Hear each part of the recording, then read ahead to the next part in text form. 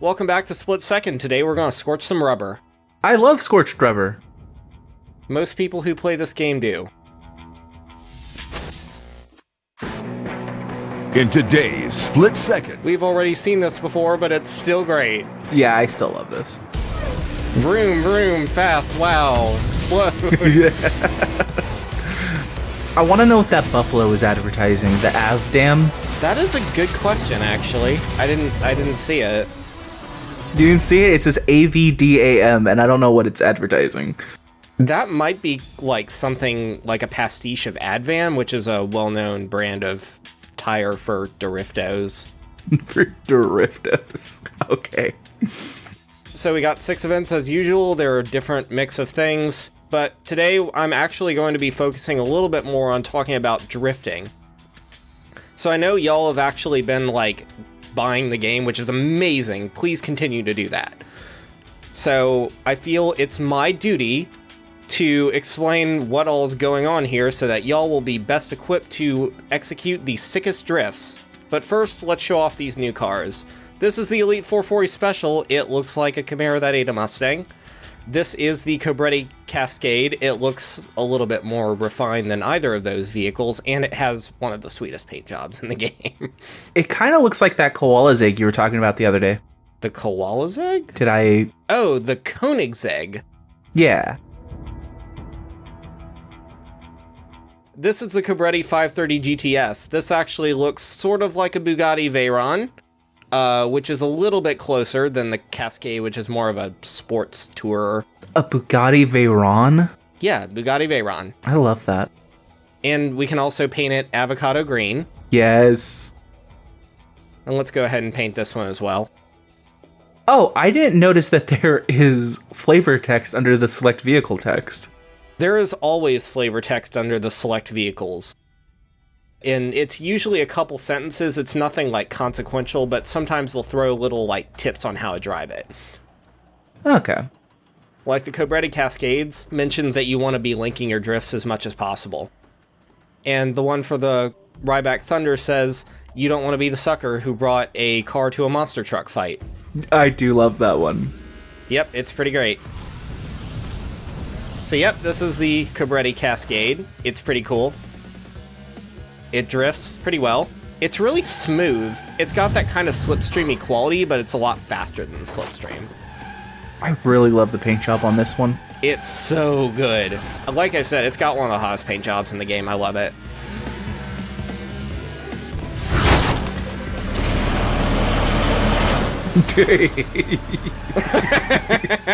The crane is back.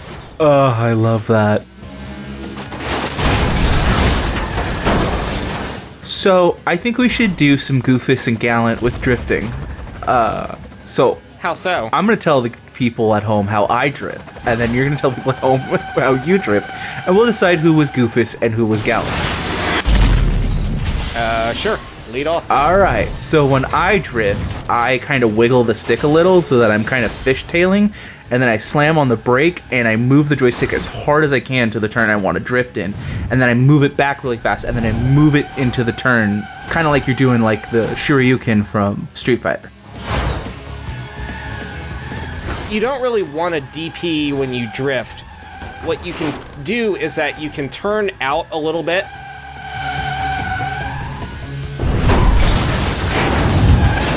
Oh, I have no idea how I survived that.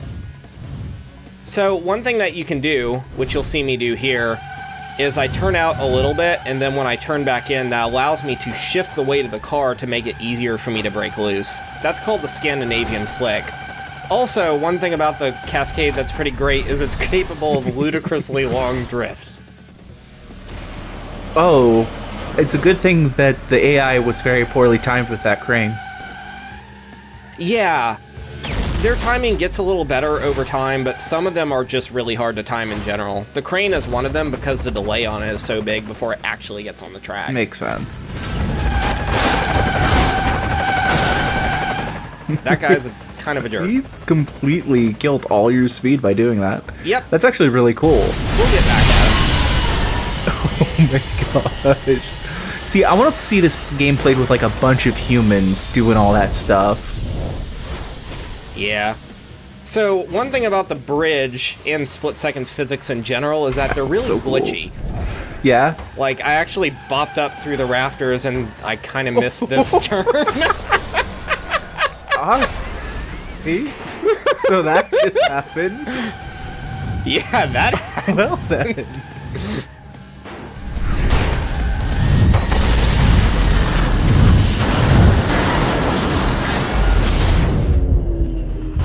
I've never taken the not shortcut path through that because there's no reason to. It's a much more dangerous path. Yeah. No, I mean that. So I was a little bit disoriented. Oh no.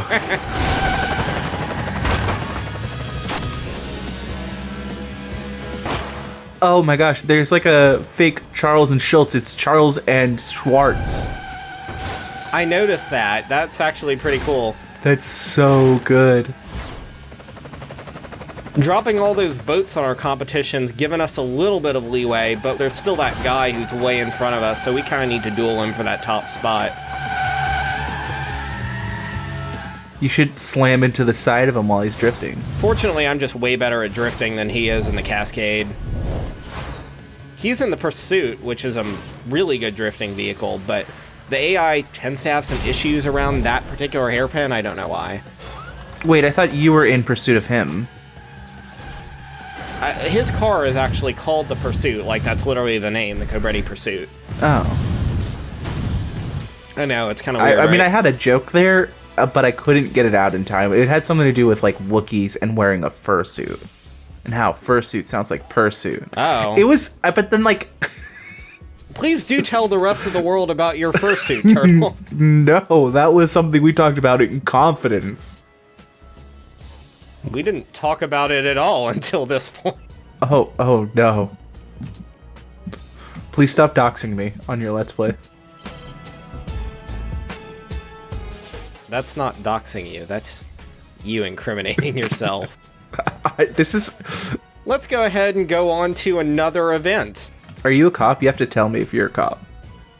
We're back to Storm Drain, but this time we're going to be doing Air Revenge. And I think about doing it in the 530 GTS, but maybe the 440 Special? Nah, let's do it in the Cascade. I really like the Cascade, by the way. It's really pretty. It's one of the prettiest cars in the game. It's got that fastback look, kind of like the Coyote does, but it's a lot more, like, svelte, I guess. I feel like it looks like a Lynx. It's got that Jaguar look to it, in particular, but I'd say it looks closest to the probably something like a Maserati Gran Turismo, something like that. Oh, is Lynx a type of car? Because I, like, literally meant the cat. Oh, well, a Jaguar is. Anyway, Okay. the Cobretti Cascade's really good at linking drifts, which means I can make a total joke of this event. Oh, hey, look, I have enough to reflect missiles back. When you link drifts like this, it kind of reminds me of the manual chaining you have to do in Tony Hawk to, like, get the big combos. Oh, I know exactly what you mean. Yeah, a little bit. Oh, hey, I have enough for the missiles again. Let's just go ahead and do that. I don't think you're gonna make it to 2 minutes. Yeah, no, I'm really cutting it close here. Yeah.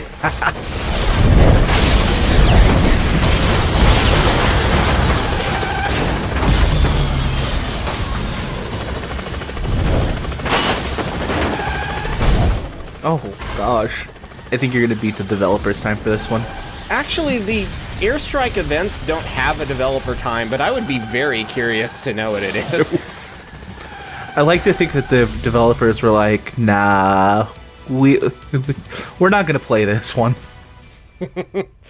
Well, I like how did you notice how the little water tank type thing didn't really explode? It just, like, popped up like a Jack-in-the-Box and then started to fall. well, actually, in the event, if you look closely during a Storm Drain race, it does that thing exactly. So power plays generally will go in, like, waves. So, like, remember how I was telling you before when we were at Airplane Graveyard that you can collapse the bridge? Right. And you can collapse it on multiple passes. So each of that big collapse is like a stage of the collapse. Oh. And the storm drain water tower has 2 of those. The first one, it sort of sends out all the shrapnel and all the things that sort of change the layout of the corner. And then, like, it throws out the walls. And then the second one is where it actually rolls it downhill. Yeah. So let's go use our new car, the Cobretti 530 GTS, and let's go back to Expressway. Ooh, it's avocado green. It is, because I need to show off my millennial cred. Yeah. Also, I think people have been asking in the thread for more cars that are avocado green, and the GTS is one of them. Nice. We're just gonna be a couple of toasty boys. It's pretty great, actually. It's all-wheel drive, so it's a little bit... It doesn't handle like one of the rear-wheel drive cars. You cannot steer the back end when you drift it very well. But it is pretty stable, and it's got decent grip at speed. So, is there a difference between front and rear wheel drive, like, in the handling of the car? Like, are there cars that are front and cars that are rear? Yes, actually. There are no front-wheel drive cars in this particular game, but you can really sort of infer which ones are all-wheel drive and which ones are rear-wheel drive, as well as a couple that are mid-engine.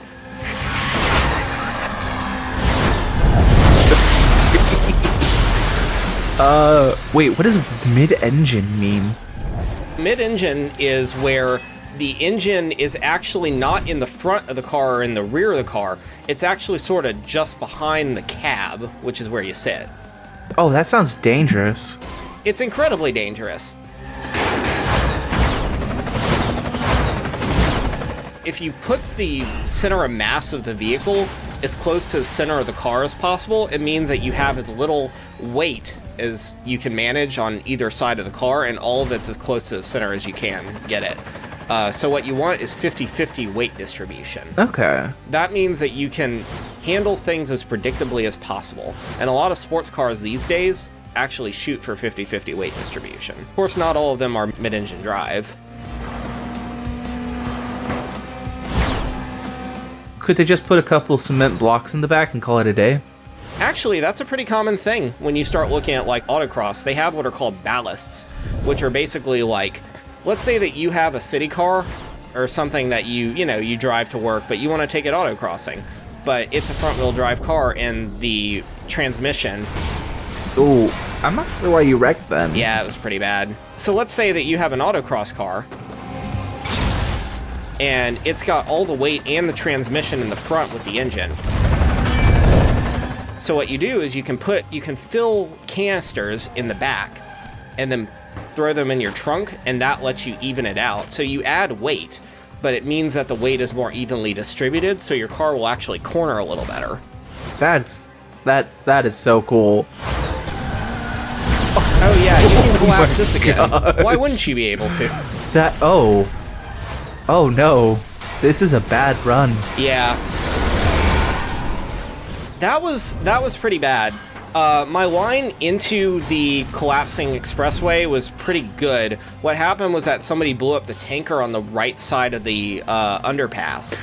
Oh, and that knocked... Ooh. So it knocked me into the barrier, and then I got wrecked. Yeah, they are being vicious. Yeah, no, this is like the point at which the game stops becoming harder. Like, we're at maximum difficulty. But we can just blow up the gas station and everything's hunky-dory. So how many episodes does Split Second put in a season? 12. Ah.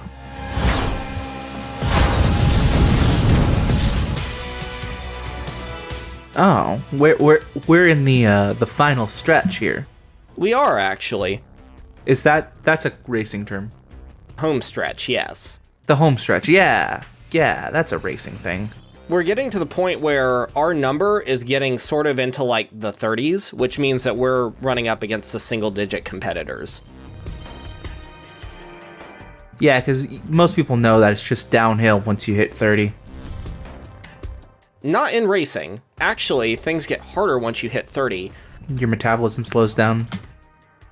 So the number on the side of the car actually ticks down. That's our ranking in the split-second competition. Oh. So after every event, you'll see that our number improves by like 1 or 2. Until after you've gotten every point in the game, then it becomes 1. That is... I guess I kind of noticed, but didn't realize. That's super cool.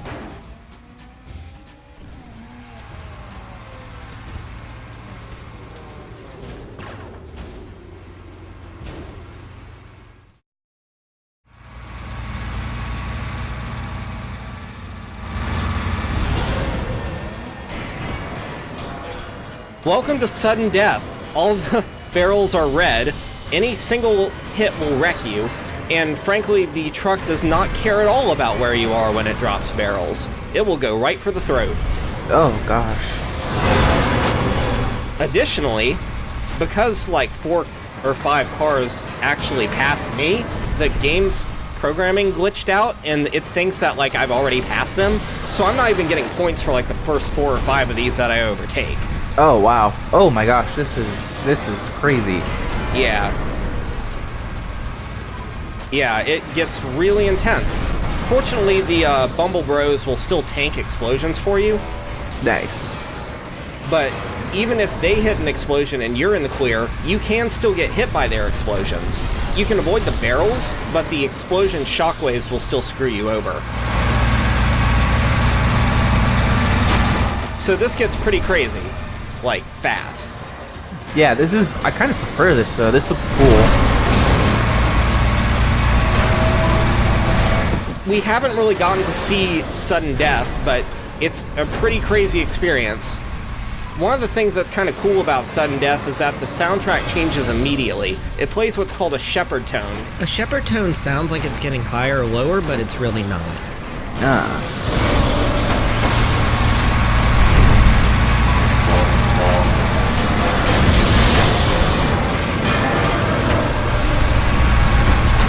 I hear it. Yeah, it's pretty great. I'm just kind of letting the sound design take over.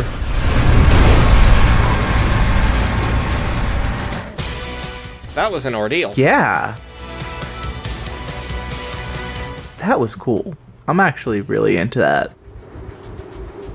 It was pretty intense, and it was intense on screen, but can you imagine how intense it was playing it? I absolutely can. I think that scene really was an I don't know. I found it extremely impressive. Well, I'm glad. I managed to pass a total of 14 trucks before the event ended.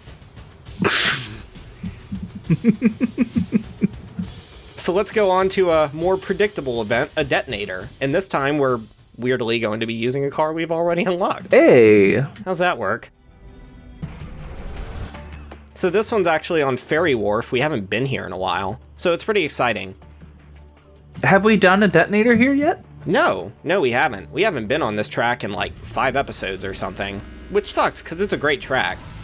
It's a really good track. It's good. One of my favorites. And we're using the Cobretti Cascade, which is great because it means I get to talk all about drifting. So here, I'm standing on the gas as I go through this turn, but I don't need to use the gas to do more than just, like, initiate. I can pretty much just turn the car. Oh, also, there's no way that you can avoid that. I've tried. The Cascade will basically just do what I want it to. It's very Coyote-like in that regard, in that you can point it and it will just go. But here, I actually have to brake to make sure that I spin the car fast enough for me to carry enough speed out and, like, not hit the wall. Which sets me up really good for the jump.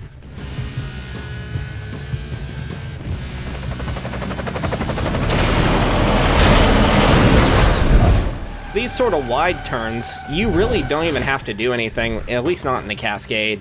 You can just kind of let it hang loose. But here, I didn't even do anything with the brake, I just turned really hard. Ultimately, what I'm saying is, it's really all about knowing the car and what you can get away with. Every car will drift differently, but you can pretty much guarantee that almost any car will break loose if you get off the gas, turn hard, and then jump back on the gas. So would you say, you guys at home, would you guys say that was the Goofus or the Gallant version of drifting? It was one of the two. Let us know in the comments. Yeah. I'm not really sure what this reference is about. Do you not remember Goofus and Gallant? It was like, I mean, okay, so it was an old thing, but like it was. Do you remember Good Idea, Bad Idea from the Animaniacs? No. Oh. So there was like a comic in a newspaper about Goofus and Gallant, and it would be like asking a girl out, and Gallant would have like a rose, and Goofus would have like I don't remember the comic, but like a crack needle or something, you know? I'm pretty sure they would never put that in a comic. Yeah, I'm starting to think that I'm thinking of a Goon Edit. So we're going on to this elite race, and this one's in Airplane Graveyard, which is great. We're also in the 440 Special because, of course, if we unlock an elite car, we have to look the part. You know, it just doesn't work otherwise. So the 440 Special's weird. It handles like a truck, but it looks like a car.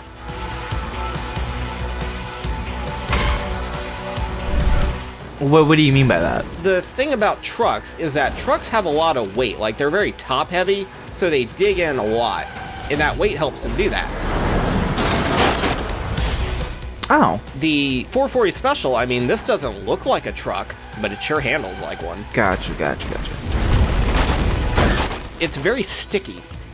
It doesn't break loose as well as I would like it to, because again, it's very top heavy, it digs in. It doesn't break loose as easily as something like the Cascade or the 530 GTS. Do you know what it does have, though, is angry anime eyes on the back. Do you see that? It does. That's my favorite feature about this car.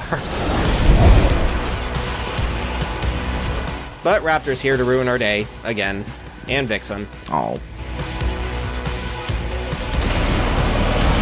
Let's just put a stop to that. Oh, I love the cranes. The cranes are so The good. cranes are so good.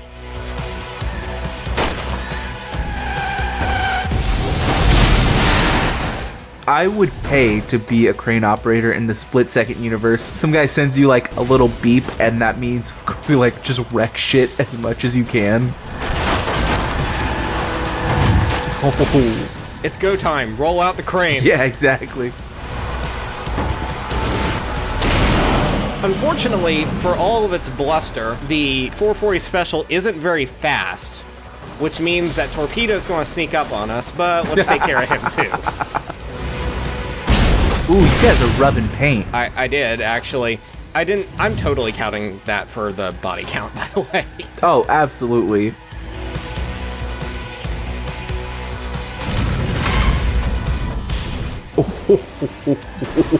Yeah, so I thought about taking the shortcut, but I didn't think I could make it given how little momentum I had. Yeah. You can just feel how much slower this car is than the 530 GTS or the Cascade. I can see it. It feels like you're taking a much more... It definitely feels like you're fighting more to stay ahead. I am absolutely fighting.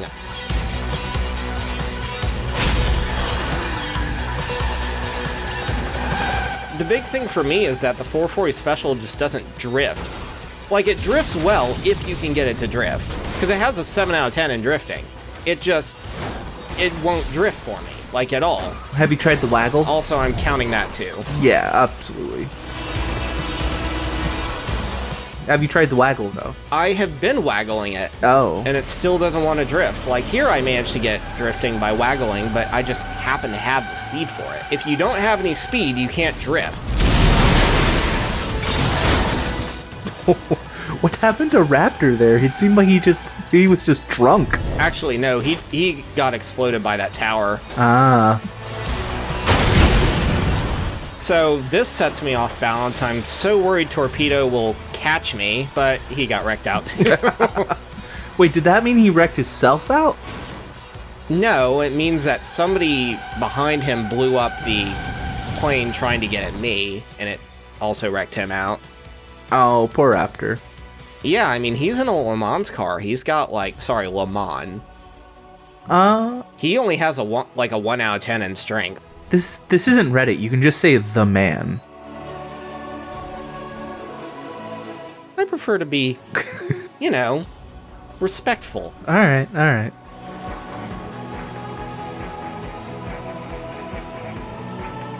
believe it or not, we're already at the end. Oh. Yeah, that was a really fast episode. Yeah. Lots of stuff going on. I mean, I think it was about as long as the other ones. It just feels faster because we're zooming through. We have such fast cars now. There was so much going on. Yeah, there's a lot to talk about. I cannot wait for this. Next time on Split Second. Yes. Yes.